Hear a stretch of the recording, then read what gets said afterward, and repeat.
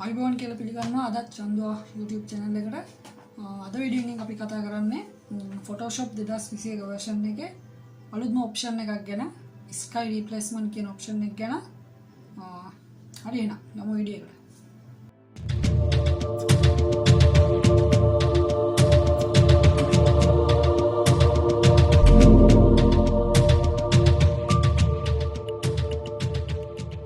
මම Photoshop open කරගන්නවා. එකට මම මේ වගේ ෆොටෝ එකක් මුලින්ම ඕපන් කරගන්නවා. අහසක් තියෙන පැහැදිලි. මම මේකට තමයි අහස වෙනස් කරන්න යන්නේ මේ ෆොටෝ එකේ.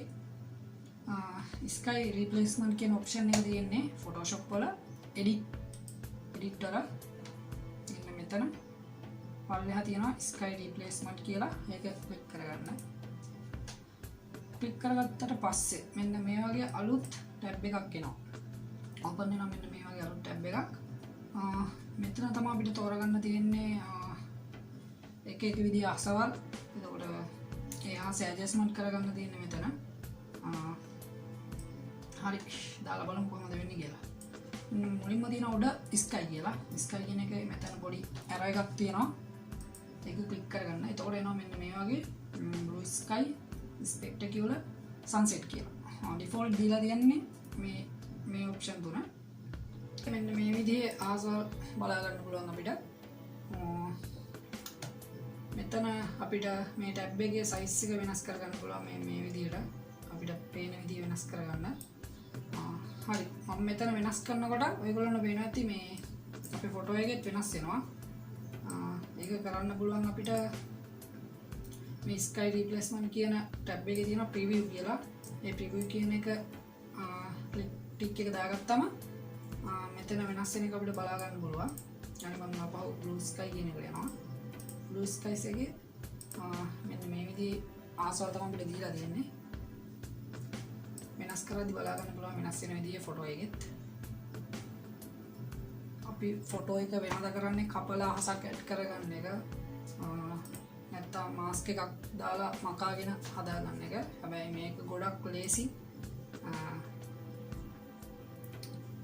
99ක්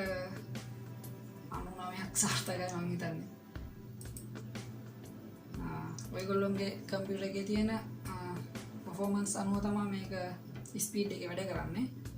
මගේ නම් 2021 වැඩ කරන්න minimum requirements තමයි තියෙන්නේ. ඒකයි ටිකක් slow වෙන්නේ.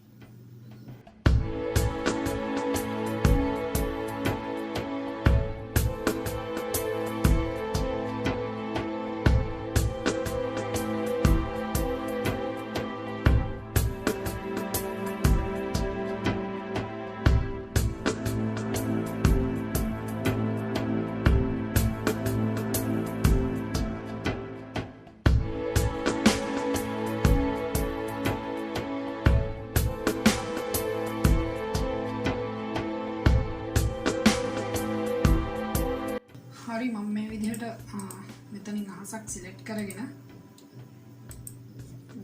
අපහු sky replacement කියන ටැබ් එකට යනවා.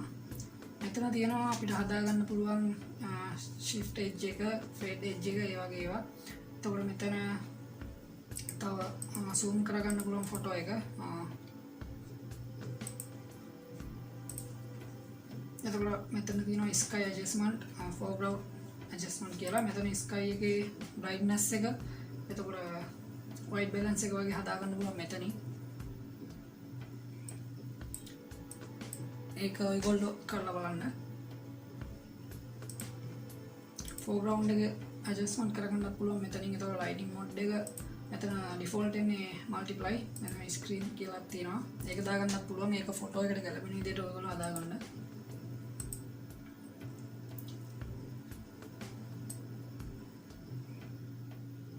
මෙතන lighting adjustment කියලා තියෙනවා. එතනින් අපිට හදාගන්න පුළුවන් lighting.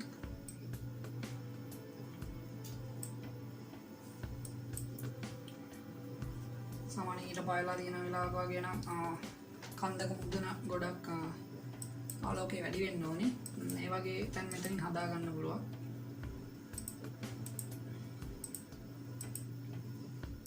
මෙතන color adjustment තියෙනවා යට.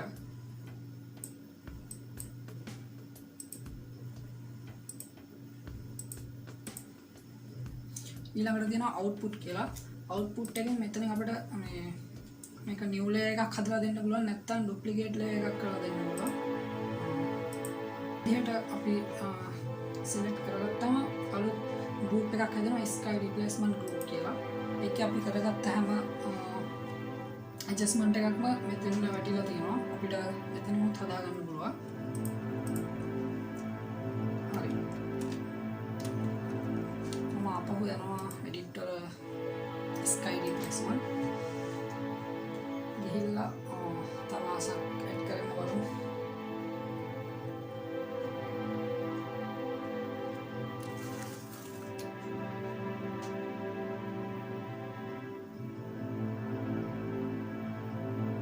ඊළඟට මම මෙතන දෙන්නේ duplicate layer කියන එක output එකට. ඕකේ දෙනවා. එතකොට එන්නේ ඒ adjustment එක අපිට ආය වෙනස් කරගන්න බෑ. එහෙම්ම ඒකේ copy එකක් තමයි මෙතෙන් වදින්නේ.